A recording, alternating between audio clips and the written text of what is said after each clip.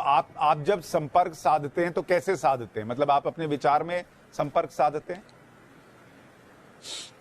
ध्यान विधि, ये आदिकाल की परंपरा है। ध्यान विधि, जिस परंपरा को हमारे पूज्यपाद दादा गुरुदेव ने हमें दी है, वह एक विधि ध्यान विधि है, आभास विधि। मन में आभास होता है, मन में तरंग जागती है कि अमुक व्यक्ति आएगा, उससे उसकी यह ऐसी पीड़ा हो सकती है। हम उसको राम नाम ले करके और कलमबद्ध कर देते हो। ईश्वर की कृपा से ये सनातन की ताकत है कि वो सत्य निकलता है। और हम आपको बहुत अच्छे से जवाब दें कि सनातन में क्या ताकत होती है। कितने भी ये पादरी और मौलवी हैं पूरे दुनिया के, बागेश्वर धाम की इस आभास और इस शक्ति का सामना नहीं कर सकते।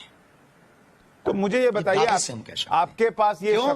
क्योंकि हमारे सनातन में क्या ताकत है। और पहली बात बोलिए आप बोलो, हमारी तो आदत नहीं, मैं पहली बात तो आप लोग ये कहना बंद कर दीजिए अंधविश्वास और विश्वास क्या है। भारत में चादर चढ़ाना विश्वास श्रद्धा है, लेकिन भारत में अर्जी का नारियल बांधना अंधविश्वास है। भारत में कैंडल जलाना श्रद्धा है, लेकिन बागेश्वर धाम की अर्जी लगाना अंधविश्वास है। ये दोगलापन लोग लाते कहां से हैं? हमें तो इस बात पे हंसी आ रही है। हम बहुत मनमौजी आदमी हैं।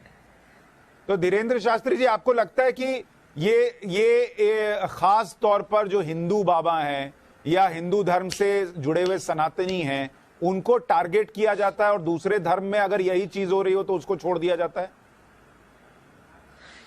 बिल्कुल। जब से हमने घर वापसी करवाई है दमोह में, जब से वनवासियों के बीच कथा की है, ये इन्होंने करोड़ों रुपए खर्च उनके ऊपर किए हैं। उनको चमत्कार दिखाकर, ट्रिक दिखाकर हमने उनको जब रियल हनुमान जी से जोड़ा तो उन्होंने घर वापसी की और सनातन धर्म को पुनः अपनाया। तो जो व्यक्ति धर्म के धर्मांतरण के लिए 10 करोड़ खर्च कर सकता, क्या वो हमारे लिए हमको साइड हटाने के लिए 2 करोड़ खर्च नहीं कर सकता? ये सोची समझी मिशनरियों की साजिश है, लेकिन इनसे हम डरते भी नहीं है।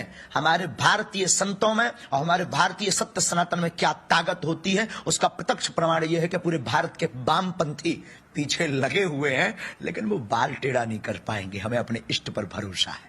तो आपको इसका मतलब आपके इष्ट ने पहले ही बताया होगा कौन पीछे लगा है, कितने पैसे देकर लगा है? आभास, बिल्कुल। छतारी कथा 1.5 महीने 2 महीने पहले लगभग भाई साहब हुई होगी। हमारी तो पहली बार आपसे बात हो रही, कभी प्रत्यक्ष मिलना तो आप हमको, हम बहुत साधारण आदमी हैं भैया। और छतारी कथा में हमने कह दिया था कि मेरे भारत के सनातनीय लोगों, अब हमारे ऊपर जो हमें आभास गुरु प्रेरणा से हुआ, अब हमारे ऊपर लंबे हमला होना, ये तो फर्स्ट चुनौती है। ऐसी तो अभी बहुत चुनौतियां हमको पार करनी है, देखते जाइएगा। हम टोपी वालों को भी सीताराम बुलवा देंगे, आपकी न्यूज पर बोल देते हैं, क्यों चिंता कर रहे हो तुम?